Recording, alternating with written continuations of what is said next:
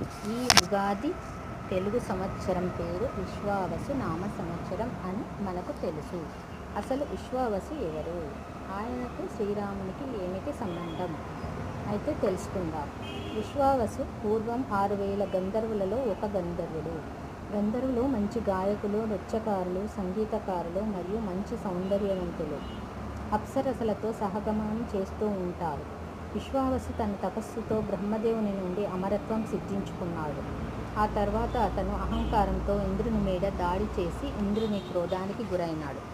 ఇంద్రుడు తన వజ్రాయుధంతో విశ్వావసుని చేతులను, తొడలను శరీరంతో తోసివేశాడు. దానితో విశ్వావసుడు చేతులు, తొడలు లేని వికృత రూపం పొందాడు.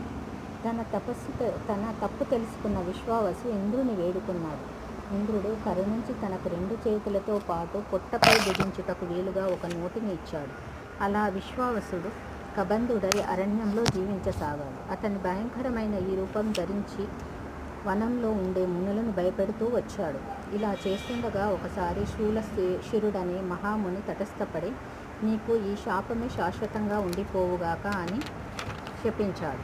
అప్పుడు కబంధుడు మునికి క్షమాపణ చెప్పుకొని శాపవిముక్తిని చేయమని అడిగాడు. ఎప్పుడు రాముడు అడవికి వచ్చి నీ చేతులు నరికి నీకు దహన క్రియలు చేస్తాడో అప్పుడు నీకు శాప విమోచనం అని ముని చెప్పి వెళ్ళిపోయాడు. విశ్వావసుడు శాప విమోచనం శ్రీరాముడు, లక్ష్మణుడు సీతను వెతుకుతూ అరణ్యంలో సంచరిస్తూ ఉండగా విచిత్ర రూపంలో ఉన్న ఓ రాక్షసుడు రామలక్ష్మణులకు ఎదురయ్యాడు. అతనికి తల, మెడ, కాళ్ళు లేవు. ఉదరం అనే కడుపు భాగంలో మాత్రం ఓ పెద్ద నోరుంది. ఉరువుల ప్రదేశంలో 2 ఉగ్రనేత్రాలు. అతని బాహువులు మాత్రం 8 యోజనాలకు విస్తరించి ఉన్నాయి. అటువంటి రాక్షసుడు ఒక్కసారిగా రామలక్ష్మణులను తన కబంధ హస్తాలతో బంధించి గుప్పిట్లో బిగించాడు. దీనిని కబంధ హస్తం అనే నానుడి ఉన్నది. భయంకరమైన నోటిని తెరిచి వారిని ఆరగించబోతుండగా రాముడు కుడి చేతిని, లక్ష్మణుడు ఎడమ చేతిని నరికివేయడంతో ఆ రాక్షసుడు నేలకు ఒరిగాడు. తనని గాయపరిచింది రాముడే అని తెలుసుకుని కబంధుడు ఎంతో సంతోషించాడు. కబంధుడు తన వృత్తాంతం తెలిసి తనకి అంత్యక్రియలను నిర్వహించమని శ్రీరాముడిని కోరగా శ్రీరాముడు అతని కోరిక మేర అలానే చేస్తాడు.